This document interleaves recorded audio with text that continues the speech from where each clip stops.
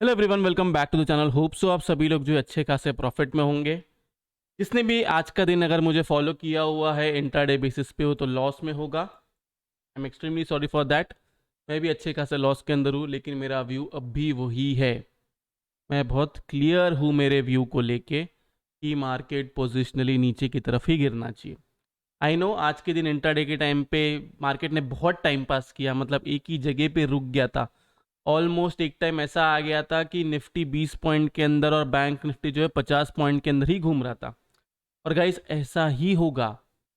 Market के अंदर ऊपर जाने के लिए स्ट्रेंथ नहीं है, वो हर बार कोई रीजन ढूंढता है, कोई न्यूज़ ढूंढ रहा है जिसकी वजह से वो ऊपर जा रहा है। और ये चीज़ मैं आपको 2 दिन से कह रहा हूँ कि मार्केट अगर ऊपर जाएगा तो वो रेंगेगा ही। 2 दिन से नहीं, आई थिंक मैं आपको ये 5 दिन पहले ही बताया था। जब मैं बुलिश था तभी मैंने आपको सेम चीज़ कहा था कि मार्केट ऊपर की तरफ रेंग के ही जाएगा। आप चार्ट निकाल के देख लो। जितने लोग नए हैं वो लोग ट्रोल करेंगे, ये सब की मेरे को आदत हो गई है अभी। लेकिन मेरा व्यू वही है। जिस दिन मैं मेरा व्यू चेंज कर दूंगा ना, उस दिन आपको जितना सुनाना है, कमेंट सेक्शन भरना है, आप वो दे सकते हो। मेरा व्यू अभी के लिए चेंज नहीं हो रहा है। और जितना मार्केट ऊपर की तरफ जाएगा, निफ्टी जितना 100 पॉइंट्स ऊपर की तरफ जाएगा, उतना मेरा नीचे की तरफ 100 पॉइंट्स का टारगेट बढ़ते जाएगा। वही लॉजिक है और कुछ नहीं। इन्फ्लेशन डेटा भी अच्छा आया है। जब एस जी एक्स 17,922 के पास था तभी ही मैंने क्लियरली लिख दिया था कि मैं बेयरिश हूँ, आपको बेयरिश ट्रेड ही देखना है। आपको ऑप्शन बाइंग के अंदर स्पेशली, ऑप्शन सेलिंग में तो कमाओगे ही कमाओगे, ऑप्शन बाइंग में स्पेशली आप पैसा पुट में ही बनाओगे। ये मैं लिख के देने को तैयार हूँ ब्लैंक पेपर पे, आप पैसा पुट में ही बनाओगे। लेकिन आपको सेल तब करना है इंट्राडे बेसिस पे कि जब वो अपने हाई के नीचे रहेगा, और एल्स कोई इंपॉर्टेंट रेजिस्टेंस के इधर रहेगा। 17,830 और 41,530, ये एक इंपॉर्टेंट रेजिस्टेंस था। मार्केट ने इसको तोड़ा, इसके ऊपर 15 मिनट की कैंडल क्लोज की, एंड देन उसके अंदर ऊपर की तरफ जाके फिर से रिजेक्शन लेके नीचे ही आया वो। इन दी एंड मार्केट वही करता है जहां ओपन होता है। पहली बात तो आप ये बात समझ लो, डेटा पे तो मैं आता हूँ थोड़े टाइम में। डेटा मैं सोच रहा हूँ आज कवर भी ना करूँ, डेटा पूरी तरीके से बुलिश है। अगर आप देखोगे कि क्लाइंट्स यहाँ पे बेयरिश है, तो डेटा पूरी तरीके से बुलिश है। डेटा पे आज मैं नहीं आता। आज मैं पूरा टेक्निकल के बेस पे बात करूंगा कि मैं क्यों हूँ बेयरिश, रीजन क्या है सबसे बड़ा, मैं क्यों 17,600 के पास से बोल रहा हूँ कि आपको सेल ही करना चाहिए, वो सब मैं आपको समझाऊंगा। तो पहले हम लोग जाते हैं टेलीग्राम पे। टेलीग्राम पे ज़्यादा कुछ हुआ नहीं, बाई की चेष्टा ना करना। इसके बाद में भी अगर आप लोग देखोगे तो निफ्टी यहाँ से ऑलमोस्ट 40 पॉइंट्स कुछ ऊपर गया, बैंक निफ्टी यहाँ से 100 पॉइंट्स ऊपर की तरफ गया, लेकिन वो एकदम एंड की तरफ, सेकेंड हाफ में ऊपर की तरफ गया। देन मैंने यहाँ पे सिंपली लिखा जो रिस्क ले सकता है वो लोग इसका स्टॉप लॉस लगाइए 830 का एंड 530 का, एंड सेल करिए। वहां से मार्केट नीचे की तरफ भी आया, 40 पॉइंट निफ्टी आया, बैंक निफ्टी भी जो है वो 50-60 पॉइंट आया। लेकिन ना गाइज, मैं आपको सेल करा रहा हूँ ना, मैं सेल आपको 100 पॉइंट के लिए, 50 पॉइंट के लिए नहीं करा रहा हूँ। नहीं तो बहुत आसान है मेरे लिए कि जैसे ही मार्केट वहां से 10 पॉइंट 20 पॉइंट नीचे आएगा, आपको कह दूंगा कि स्टॉप लॉस ट्रेल करो। मैं नहीं करा रहा हूँ ये 20-40 पॉइंट के लिए आपको सेल। मैं आपको सेल करा रहा हूँ हमेशा बड़े पॉइंट्स के लिए, जिसके अंदर मोस्टली फर्स्ट टारगेट रहेगा 100 से 150 पॉइंट्स का निफ्टी में, और बैंक निफ्टी में 300 पॉइंट्स का। ये लॉजिक है मेरा ट्रेड के पीछे, और कुछ नहीं है। मैं रिस्क टू रिवॉर्ड बहुत अच्छे से देख चुका हूँ। 1:2 पे मैं फोकस कर रहा हूँ, मैं 1:1 पे भी फोकस नहीं कर रहा हूँ। देन उसके बाद में देखिए तो मैंने आपको थैंक यू कहा क्योंकि 10,000 सब्सक्राइबर्स हो गया था। कल मैं इतने अच्छे मूड में नहीं था, एक्चुअली मैं मूड में तो मैं नॉर्मली हूँ, क्योंकि मेरे को फर्क नहीं पड़ रहा है कि मार्केट यहाँ से ऊपर की तरफ जा रहा है। नो डाउट मेरे को लॉस हो रहा है, मैं लॉस में हूँ।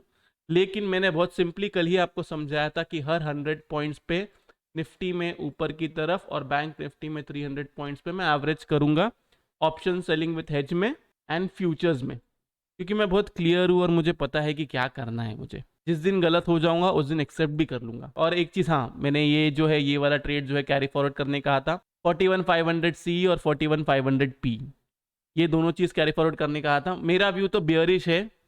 मेरे को अगर कोई पूछेगा तो मैं 41,500 P कैरी फॉरवर्ड करने बोलने वाला था। लेकिन ना प्रॉब्लम क्या है ना, लोग अपने लॉस को ना बर्दाश्त नहीं कर पाते। अब मैं यहाँ पे अगर किसी को बोल दूंगा ना 41,500 का पी ले लो, सेम एक्सपायरी, तो लोग यहाँ पे ना 50-100 लॉट ले लेंगे, और कैपिटल उनका कितना रहेगा, 50-100 लॉट का ही रहेगा। तो लोग वो हर चीज़ में हीरो जीरो प्ले करने में बिलीव रखते हैं, इसलिए मैंने हेज दे दिया। नहीं तो मैंने आपको क्लियरली इधर भी लिख दिया था पोजिशनली मैं अपने शॉर्ट्स जो है उसको कैरी फॉरवर्ड कर रहा हूँ। सेम जो मैं 2 दिन से बोल रहा हूँ, ऊपर की तरफ जाएगा तो मैं एवरेज करूंगा। फिर उसके बाद में जब सीपीआई डेटा आया तो सीपीआई डेटा के टाइम पे उससे पहले मैंने आपको कहा कि टीसीएस को आपको कल से जो है सेल करना है। ऑप्शन सेलिंग विथ हेज में आप सेल कर सकते हो। एटीएम कॉल रहेगा, एटीएम कॉल बेच दो। ओके, बहुत बड़ा गैप डाउन होता है तो मैं बोलूंगा थोड़ा रुक जाइए, थोड़ा सा रिट्रेसमेंट आने दो। गैप अप होता है ना अच्छा खासा, तो एटीएम कॉल जो रहेगा ना उसको बेच देना और ऊपर की तरफ कोई भी 50 पॉइंट ऊपर की सीई जो है उसको बाय कर लेना। Okay, clear cut. फिर बाद में मैंने आपको कहा कि एसजीएक्स जो है 17922 है, नो चेंज इन व्यू। ये सब मेरे जो है टारगेट्स है और मैं आपको यही समझा रहा हूँ, मैं आपको छोटे टारगेट्स के लिए प्ले नहीं करा रहा हूँ बाकी यूट्यूबर्स या टेलीग्राम वालों की तरह। मैं आपको बड़े टारगेट्स के लिए ही प्ले करवा रहा हूँ और कुछ नहीं है। देन उसके बाद में मैंने डाउ जोन्स के अंदर भी सेम चीज़ कहा। डाउ जोन्स के अंदर कोई अगर सेल करना चाहता है, कल की क्लोजिंग जो है वो 33,684 थी। आज मोस्टली गैप अप होगा, आई थिंक गैप अप हुआ भी होगा। एक मिनट रुक जाइए, हाँ ये देखो गैप अप हुआ भी रहेगा। किसी को अगर एसएल लगाना है तो एसएल लगा सकता है 34,330 का। इसके ऊपर अगर 2 डेली क्लोजिंग आती है तो एसएल हिट है। नीचे की तरफ टारगेट निकल के आता है पूरी तरीके से 32,761 एंड देन सेकेंड टारगेट निकल के आता है 31,805।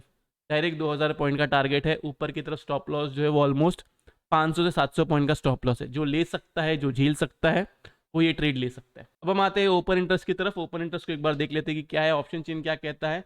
कॉल राइटिंग है 17,800 पे, 17,850, 17,900। पुट राइटिंग है 17,700, 17,600। बैंक निफ्टी को देखिए तो यहाँ पे देखा जाए पुट राइटिंग है 41,500, 41,400, 41K तक पुट राइटिंग है। कॉल राइटिंग है 42,000 तक, पूरी की पूरी कॉल राइटिंग है। तो अभी हम स्टार्ट करते हैं निफ्टी से।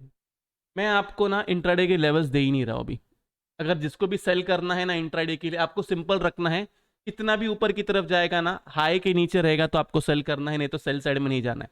सेम बैंक निफ्टी में भी आपको वही करना है। जो भी हाई बना हुआ रहेगा उसके नीचे रहेगा तो आपको सेल करना है, नहीं तो सेल साइड में नहीं जाना है। क्लियर है। इंट्राडे के लिए यही करना है। स्टॉप लॉस आपका वो सेम रहेगा, जो भी हाई बना हुआ है वही आपका स्टॉप लॉस है। उसके ऊपर जाएगा निकल जाओ, उसके नीचे आएगा सेल करो। ये आप कल के लिए, मंडे के लिए, ट्यूसडे के लिए, नेक्स्ट वीक पूरा आप यूज कर सकते हो। अब कल के दिन ना एक छोटा सा डाइसी चीज है। एक चीज मैंने आपको कल यानी ट्यूसडे के दिन मैंने आपको सिंपली कहा था कि हो सकता है कि इस वीक हम नया हाई बना लेंगे। अगर कल के दिन अगर एक नया हाई बनता है तो नेक्स्ट वीक हम वो तोड़ सकते हैं as per gain rule. Actual में गैन रूल थर्सडे के दिन काम नहीं करता है, लेकिन पिछली बार जो है उसने गैन रूल जो है उसको यूज किया हुआ था। इसके चांसेस 80 to 90% है, लेकिन फिर भी मैं आपको कहूंगा कि आप सेल साइड में ही रहोगे। अगर एक हाई भी बना लिया और नीचे की तरफ भी आ गया तो भी आप सेल साइड में ही रहोगे।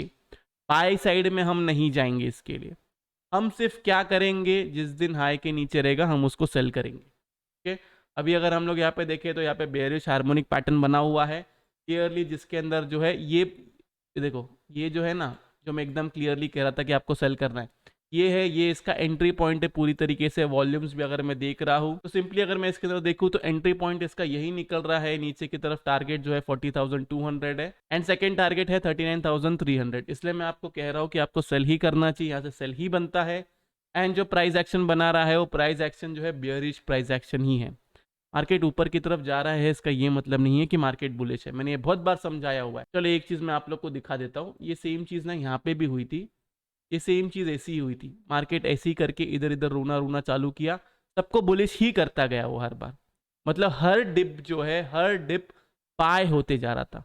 और यही होता है, आपको हर डिप पे ये बताया जाता है कि मार्केट कभी गिरेगा नहीं। यही होता है, हर डिप पे आपको समझाया जाता है, आपके दिमाग में ये फीड किया जाता है कि मार्केट कभी गिरेगा नहीं। फिर एक दिन गिरना चालू होता है, क्योंकि क्या होता है, डेटा जो है वो बुलिश रहता है।